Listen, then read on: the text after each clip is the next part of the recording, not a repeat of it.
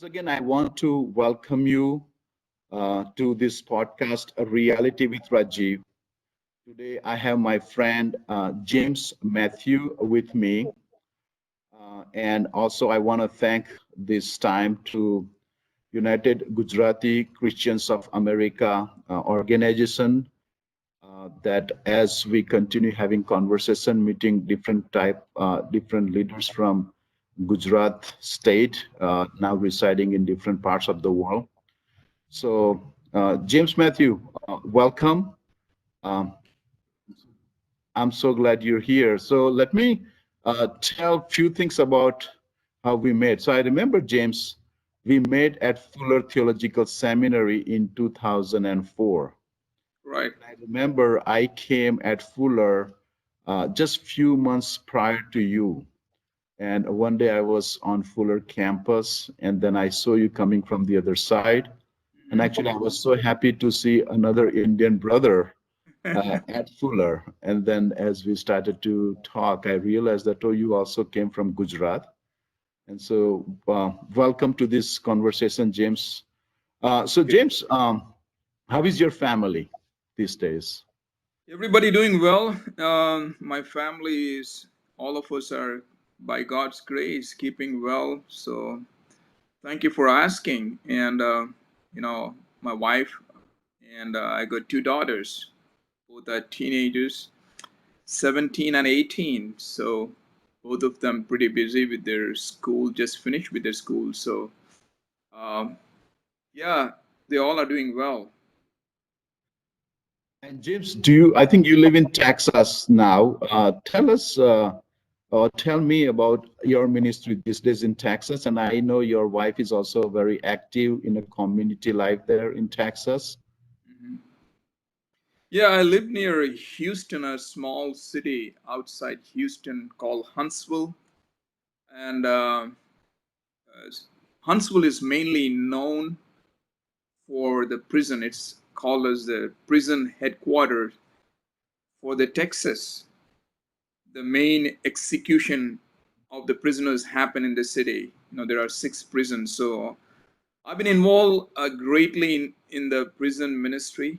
You know, પાછલા 7 થી 8 વર્ષ 5 થી 6 વર્ષથી હું લગાતાર prisons I've been going, and I've been seeing some powerful thing that God is doing in those dark places. And I've been living here since maybe last 5 6 years. Before that, as you mentioned, I was in California, finished our studies. My wife is a psychologist. She works for a university here called Baylor University, so she keeps herself pretty busy. So, as a ministry in Texas, I'm also a pastor of a church here as a mission pastor. It's an American church, so mainly involved with some of the mission work. But the main ministry that I do, it's called as the Global Evangelical Team, which is church planting uh, organization, a mission organization based in India. In India, it is called as Indian Evangelical Team. So we have an office here that I manage, mainly having connection with, across US with many churches who are partnering and supporting the ministry for the church planting in North India. Indian Evangelical Team has been in the mission field ministering since 1970s. Has been mainly focusing on the North India, Nepal, and Bhutan. Over the years, a conservative figure is that we have planted over 14,000 churches, mainly in the rural sector. That's where God has called us. So I mostly split my time, half of my time of the year I'm in India, visiting with these pastors and missionaries, encouraging them. And I also do a small spiritual retreat that's with these leaders. And, we have in a cohort of around 20 to 30 pastors who meet twice a year, and they remain with us for 2 years. So encouraging them and helping them to have a safe space where people can come and who they are, and listen to God individually and listening to God in a community, and also listening to God in knowing what God is doing ahead of them. So mainly involved in some of these ministries. So it's been a joy just to see what God has been doing in the prisons here in Texas, to those interior villages in South Asia.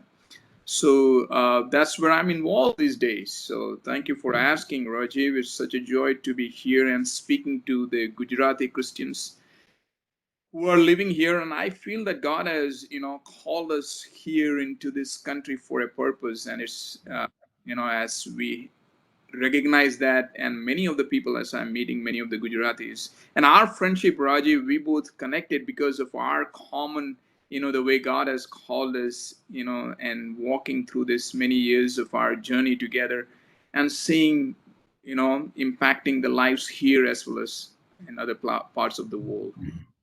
So James, તે મને કીધું કે અત્યાર સુધીની મિનિસ્ટ્રીમાં 14,000 જેટલા મંડળીઓ તમે ઇન્ડિયામાં સ્થાપી છે. એ તો બહુ જ સરસ કામ કહેવાય. એ મંડળીઓ સ્થાપવાનું કાં તો પવિત્ર આત્મા કેવી રીતે એ જગ્યાઓમાં કામ કરે છે, લોકો એવું સુવાર્તાની અંદર શું છે કે જેથી કરીને એ લોકો સુવાર્તા તરફ અને પ્રભુ ઈસુ ખ્રિસ્ત તરફ આકર્ષાય છે.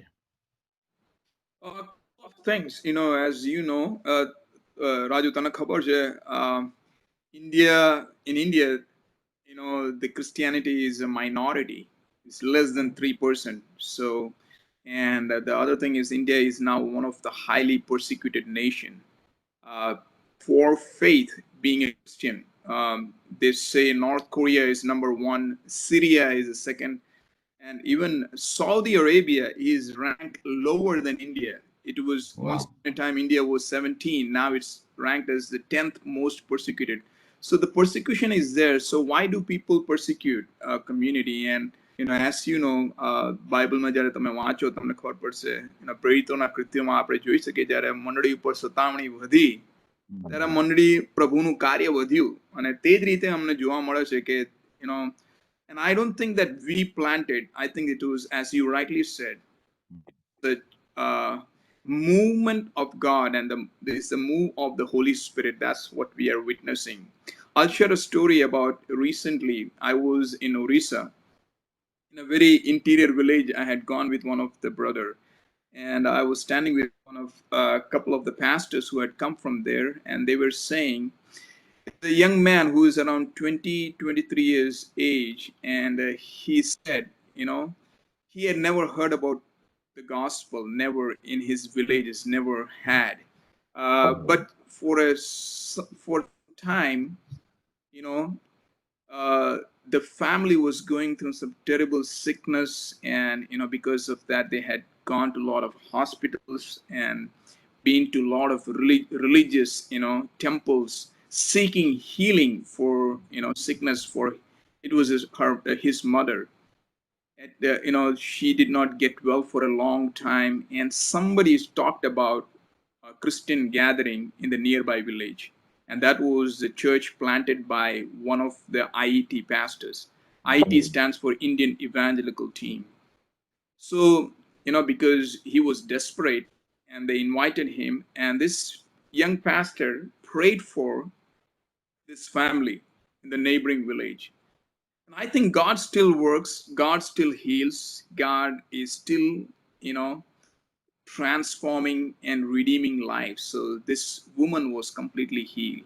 Because of that, the whole, community, kind of around 20-25 people, they were very much interested in knowing more about gospel. Let me summarize what happened later. So within few months, a small congregation church was planted. This whole family got baptized, around 7 to 10 people. So when I talk about 14,000 churches, many people ask how many people are there. So when there are around 7 to 15 baptized believers in a community, and they're able to gather regularly on Sundays, then we call it as a church. Anyway, so this church started growing because people were coming to know about Christ. પણ એમાં શું થયું કે આસપાસના લોકોને ખબર પડી કે યાર આ લોકો એમના તીર્થ સ્થાનોમાં ને એમના મંદિરોમાં ને એમનું જે સામાજિક જે ધાર્મિક જે બાબતો હોય છે તેમાં તે લોકો ભાગી થતા નતા. એના કારણે બહુ જ સતાવણી વધી તે લોકોના ઉપર. અને આ ચર્ચ વધવાના કારણે તેમ લોકો એક એમના શું કહેવાય છે ગામના એક વ્યક્તિએ એમને થોડું જમીન આપ્યું કે ભાઈ તમે લોકો અહીંયા આવો છો, અને એ તો ક્રિસ્તી બની ગયો હતો, અને એમણે કહ્યું કે તમે લોકો અહીંયા તમારા માટે એક નાનું સભા સ્થાન બનાવી શકો છો. અને એનું એમને પાયો નાખ્યું અને કાનો ગ્રાઉન્ડ વર્ક ચાલુ કર્યું. એટલામાં તો આખું ગામના લોકો આવી ગયા અને પોલીસની સાથે બહુ જ ધમાલ કરી નાખ્યું અને કે ભાઈ તમારા અહીંયા you cannot have this worship center here, or you cannot have a church built here. You are kind of, this is what they said, you are kind of making our religion or our village impure. તો આજે young pastor જેની સાથે હું વાત કરતો હતો એમને ધમકી આપીને કહ્યું કે ભાઈ તમારા અહીંથી જગ્યા છોડીને જવું પડશે. તો this guy left. But listen to this, Rajiv. When I was talking to him, he said, James, you won't believe, almost 3 months ago, Raju, there was a big flood in that place. Yeah. And the flood came, most of these villages were washed away. And I don't have the answer, but all these Christians' homes stood there. I don't have the answer. Why did God do that? But all of their houses were washed away. But this is the pastor and the family who were kind of kicked out, who were persecuted. They called us. They called the Indian Evangelical Team office and they said, આવું થયું છે ભાઈ, આપણે કશું કરવું પડશે. તો એમને તરત મદદ માટે પૈસા આપ્યા અને તે લોકો ફૂડ પેકેટ્સ લઈને ત્યાં પહોંચ્યા. And Rajiv, they went back to people who kind of kicked them out of that community. The same people who had threatened them with death and were saying that we will kill you. Those are the same people. They went back, given the food, provided shelter, given them some money. Even the government was not able to come there in time. So just showing the love of Christ in midst of that crisis and saying that we are not against you. This is about God who has come to heal, seek, and forgive, and just showing that Christ will love. So I believe, Raju, to the biggest story about what God is writing in South Asia is the movement of God. God is moving, and when He is moving, there a lot of people are transformed. They're coming and seeking that healing of the soul, Right. and being delivered from demonic and darkness. And once they taste that, they would like to walk in that. Did I answer your question? Yes, you did. So, James, જ્યારે આપણે જોઈએ છે કે જે જગ્યાઓમાં પ્રભુ એમના આત્મા દ્વારા કામ કરે છે, જ્યારે લોકો પ્રભુ પાસે આવે છે ત્યારે લોકો જ ફક્ત બદલાતા નથી, કુટુંબ જ બદલાતા નથી, પણ ઈશ્વર એ લોકોનો અને કુટુંબને આખા સમાજને બદલવામાં બદલે છે અને સમાજ બદલાય છે. એટલે એવી અસરો તમને જોવા મળે છે ત્યાં કીધું આ બધા મંડળીઓમાં? વેરી ગુડ ક્વેશ્ચન રાજીવ, બહુ સારો પ્રશ્ન છે. હું તને આમાં મારા એક જે લીડર હતા એમની સાથે એક ગામમાં મીટિંગ માટે ગયો ને એમને જ્યારે આ લીડર જ્યારે પ્રચાર કરે છે તો ઘણા બધા લોકો ત્યાં આવે છે. લગભગ કે 3-4 હજાર લોકોની ભીડ ત્યાં હતી. અને જે લોકોએ આ મીટિંગ અરેન્જ કર્યું હતું ત્યાંના લોકલ સ્થાનિક પાસ્ટરો હતા. તો એના 5-6 સ્થાનિક પાસ્ટરો હતા અને આ જે લીડર આવ્યા હતા એ દિલ્હીથી આવ્યા હતા. તો આના સાંજની સભા, અને તને ખબર આ ગામડામાં જે સભાઓ ચાલે તો બધું સારું વાતાવરણ બધું થઈ જાય અને લોકો જમી બધું કરીને પાછા આવે ત્યારે આમની મીટિંગો ચાલુ થયું. અને મીટિંગ ચાલુ થયું ત્યારે જે સ્થાનિક જે એના પાસ્ટર હતા પાળક, તેમને આજે આગેવાન જે દિલ્હીથી આવે ને એમને કહ્યું કે સાહેબ જરા જુઓ ને તમે અહીંયા આટલી બધી ભીડ આવી છે, એમાંથી તમે કહી શકો કોણ છે આપણા ક્રિસ્તી લોકો કોણ છે? તો પેલા જે આગેવાન હતા તે આમ તેમ જોયે અને કહ્યું કે યાર તું શું કેવો પ્રશ્ન કરે છે, આટલી બધી ભીડ છે અહીંયા, લગભગ 3000 જેવા 3,000-3,500 જેવા લોકોની ભીડ છે, એમાં તું કહે છે કે ક્રિસ્તી લોકો કોણ અને ગેર ક્રિસ્તી લોકો કોણ કેવું એ તો દેખાય નહીં. તો એમણે કહ્યું કે please just look carefully and see Can you distinguish who are Christians and who are non-Christians? તમે જરા ધ્યાનથી જોયું તે રડવા લાગ્યા. પછી પેલા સ્થાનિક પાસ્ટરે કહ્યું કે you look at this, the kids who are wearing proper dress, the women who are wearing proper covering their upper parts of the body, these are all Christians. And if you look around the houses which has tin roofs, those are Christian homes. Said, how could that happen? Is it because since Christ has come into their home, they had stopped indulging in a lot of other activities?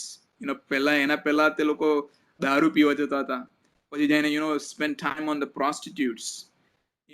They will never take care of their children. It was not the priority.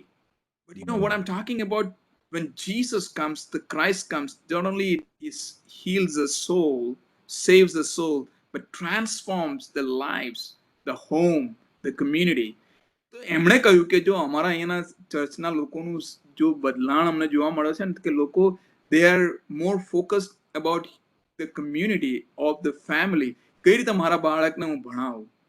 એટલે હું જઈને નશો કરું અને હું જઈને પડી રહું?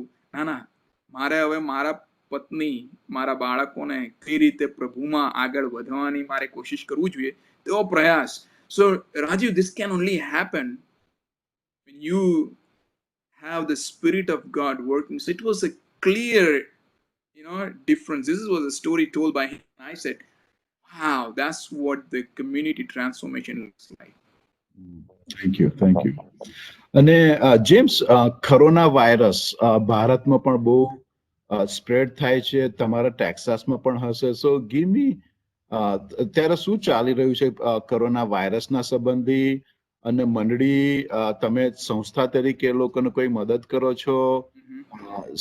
મંડળી તરીકે આજુબાજુના લોકોને એ લોકો કેવી રીતે મદદ કરે છે? Yeah, one of the ઘણું બધું અમે લોકો કોરોના વાયરસ જ્યારે આપણે જાણીએ છીએ કે આખો વિશ્વભરમાં બધી જગ્યાએ આનો અસર થયું છે. ખાસ કરીને ભારત દેશમાં એ તો બહુ ભયંકર લોકડાઉન છે. તેના કારણે જે ગરીબ લોકો છે, જે મજદૂરો છે, અને જે બધી અમારી મિનિસ્ટ્રી ખાસ કરીને ગામડાઓમાં છે, તેમનું તો હવે રોજનું કામ કરવાનું અને કમાવાનું અને ત્યાંથી પૈસા જે મળે તેથી તે લોકોનું ઘર ચલાવવાનું એવું ચાલે છે. પણ જ્યારે એકાએક જે લોકડાઉન થયું તેના કારણથી ઘણા બધા જગ્યાઓમાં જોવા મળે છે અને સાંભળવા પણ આવે છે કે લોકો બહુ જ ખરાબ હાલતમાં જીવે છે. ખાવાનું એમનું તકલીફ થઈ ગયું છે. Loco, I mean, it's kind of a starvation for a longer time, so people have been suffering, and this has not been, the news is this was not handled well. And I also don't blame them, but because, how do you handle something which was never planned before, and it's kind of a big problem. So, ghana loko je garib loko che, so what we have been doing is, we have been sending food packets for those who are at the point of starvation in some of the interior villages. We have the pastors, so we are sending food packets. Each food packet costs around $9, and that can sustain a family for 10 days, Rajiv. Just giving a $9 donation. And we have this website on Global Evangelical Team. Anybody can go on that and can donate a family. So we have been distributing hundreds and thousands of this kind of packets to these villages, irrespective of faith. Is not only for the Christians, but this is done by the Christians. So most of our pastors, the missionaries, and many of our people whose businesses have been down, so we have been doing that. So that has been what the ministry has been extensively involved in, supporting and helping the people in this global crisis. Well, in Texas, I've been involved with, as I said, this is a prison center where I live. I've been extensively involved in prison ministry. I also wrote a book. I know you've been asking about one of the book about my experience in the prison. I was one of the chaplain for the high security prison. Rajiv, I have done a lot of ministries in many countries and many places. I'm not bragging. With all humility, I'm saying, but the kind of ministry which I have done in the high security prison with all the gangsters, I have never in my life have done that. The first time when I entered in, when there's a two, iron gates that closes, and then you step into that, man, I was so scared for my life. And the voices I heard, the languages I have heard in that place is so scary, kind of a demonic place. But in midst of that, I have seen God transforming. And one of the stories I've written about, I saw one man who was one of the gang leaders and was serving life because of some of the big mistake he had done in his young age, was inside the prison, and in that also he was living a very, very dangerous lifestyle, attacking people.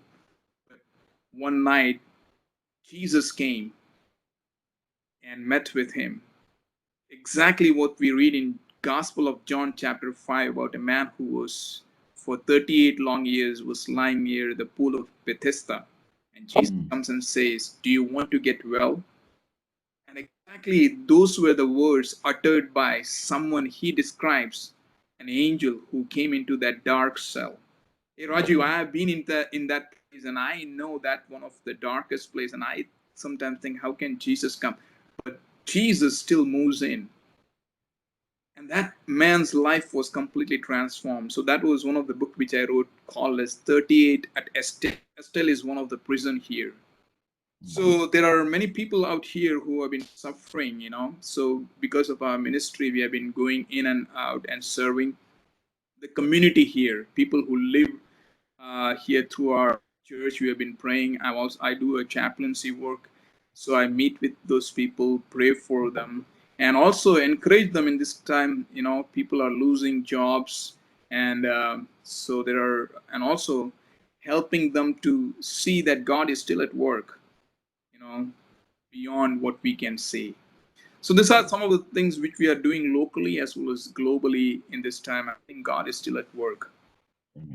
So James Manayache, I remember you told me that some of the prisoners who came to faith through your ministry, and as they were, having conversation with you, they were so moved and touched that they wanted to sponsor a project in India. I think maybe building a school. Yeah, Your brother is in charge in Ahmedabad, so I want to hear about it one more time, yeah, please. we did. That was some time back, and we still are. So what was happening was many of the prisoners who were we were doing the ministry with them, and some of them get released. So once they get released, they get into some kind of jobs, landscaping, painting. So whatever their profession is, we as a ministry provide them sometimes the housing, because many homes do not want them to come back. So we provide them a safe place here. This call is the Restore Texas Ministries, and where people can come and house there. I do a lot of chaplaincy work there to do ministry there.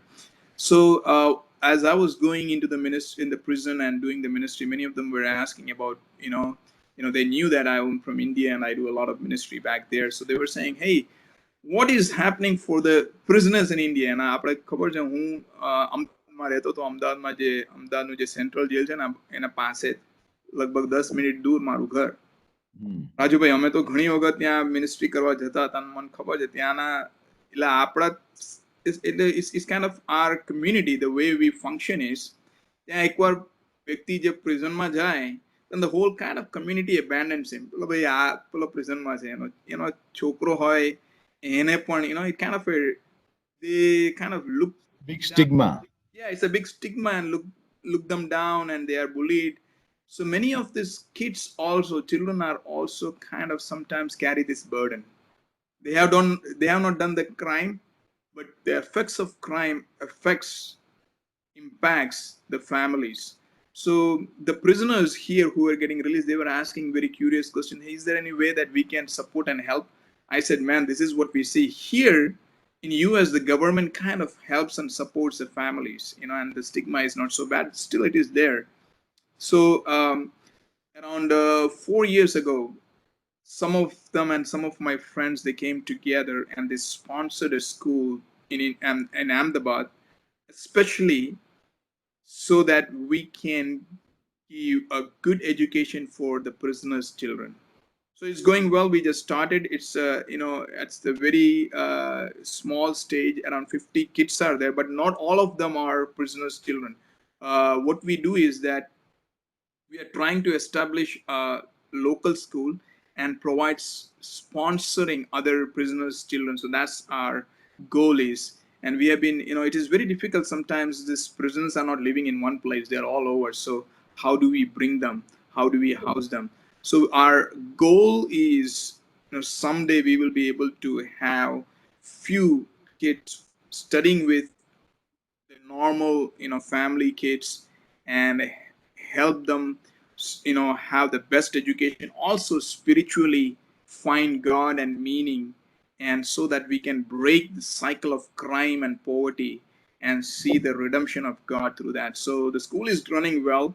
It's around Yeah. 55 children now, but very few. Our plan is around 20% of them will be the children who are from the prison. And so that's what we are planning to do. And so the school is going on since last 3 years. Mm. So it's been a powerful journey how God redeems whatever you do. I was doing the prison ministry here, never thought that that would result in impacting the lives of people there in Gujarat. James, મારે છે ને આપણે ભૂતકાળમાં જોઉં છું. I want to go in past with you.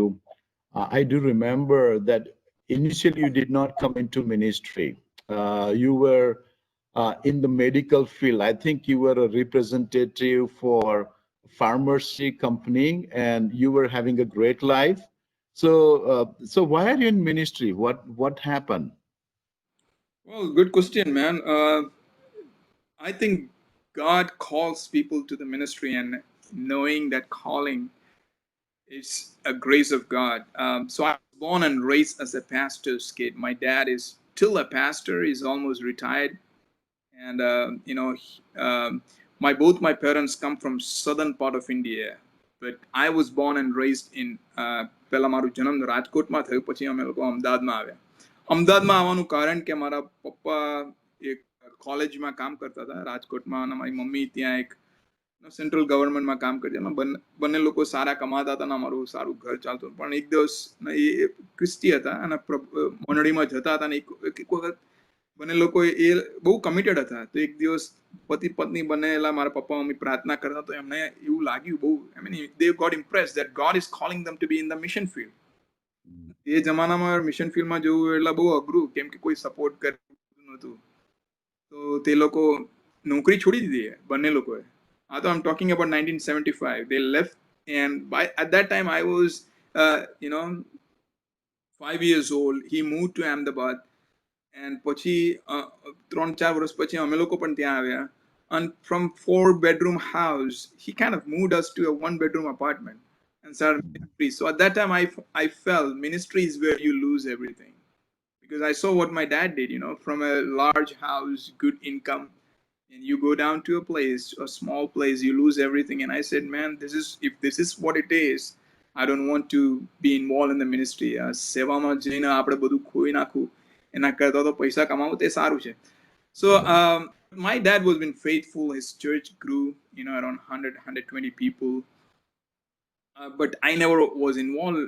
I was involved with him, but I was never wanted to be involved in the ministry. I finished my master's in biochemistry. I was doing my MBA. I started working for a healthcare firm. I became a product manager for Cadila. I don't know if, and I was, it was a great job, Rajiv, well-paying job, and I was traveling all over. One of my job was to train the medical representatives. So I would be, flying in different places, and coming from a ordinary background, you suddenly have some good income. I bought a house, man. And then you start living a good lifestyle. You think that this is everything. Nothing like it, but man, this is what, you have money and you have, you enjoy life. But God started working within my heart. It's not you run after the things of this world can satisfy. During that time, અમદાવાદમાં એક પોલીસનો એક માણસ હતો. He was a policeman, but he was also a temple priest. So એની પાસે બે નોકરી. સાંજે મંદિરમાં પૂજારી હતો અને દિવસે પોલીસનું નોકરી કરતો હતો. ગાંધીનગરમાં રહેવાનું હતું એનું. તો એનો એક નાનો એમના એક છોકરો હતો, પણ એ બહુ દારૂડિયો હતો અને દારૂના નશામાં જ્યારે ઘરે આવતો હતો, man, he was kind of domestic violence was a norm at his home. He will beat up. So I think it was accidental beating. His son became mentally challenged. They started taking him to all the doctors, all the પેલા શું કહેવાય પંડિત લોકોની પાસે લઈ ગયા અને બધા પેલું બ્રાહ્મણ લોકોએ કહ્યું કે આ કરો ને તે કરો, પણ આ કશું કઈ એમનામાં કઈ બદલાવ આવ્યો નહીં. પછી કોઈ કહ્યું ભાઈ આ they believe that someday somehow God will heal and you will please God. So કે ભાઈ અહીંયા એક ચર્ચ છે ત્યાં લઈ જાઓ યાર, તમારે તો your ultimate thing is to get healed, right? So they came to this church, and that was my dad's church. This boy and the parents came. Nothing happened. After 3 months, the boy was completely healed. The day he got healed, they stopped coming because that was what they wanted. But my dad told me, and I'm Rajiv, I'm really working well and I'm having a good income. And one day my dad is saying, you remember that family you used to come, they stopped coming because his son got healed. I want you to go and tell them it's not just the healing, they need the healer. I said, પપ્પા શું વાત કરો છો, હું તમારા આવું કામ કરવા દઉં તો ભાઈ તમારા જેવું મારે સેવા કરવું પડશે, આ બધું મારું નહીં. પછી યાર ખબર નહીં સાંજે એટલે મને અંદર થયું કે ના, I need to obey my father. I went there. Rajiv, that's where God was working. I told you, calling is the grace of God. So I went to this home. His son was well, and he was very kind to me. For the first time, I started sharing gospel with him. And first time I saw this guy was an alcoholic. I mean, he used to do drugs. He was a policeman, temple priest. He has a lot of political, religious, communal power, and the police power, social power, everything, and the domestic, he was kind of a drunkard. So all this combination was kind of a dark spirit. Raju, બે અઠવાડિયાના અંદર મેં જોયું, this man was completely transformed. He gave up everything. I could never have done. You can never ask anybody to get rid of all this, narcotics and all those things.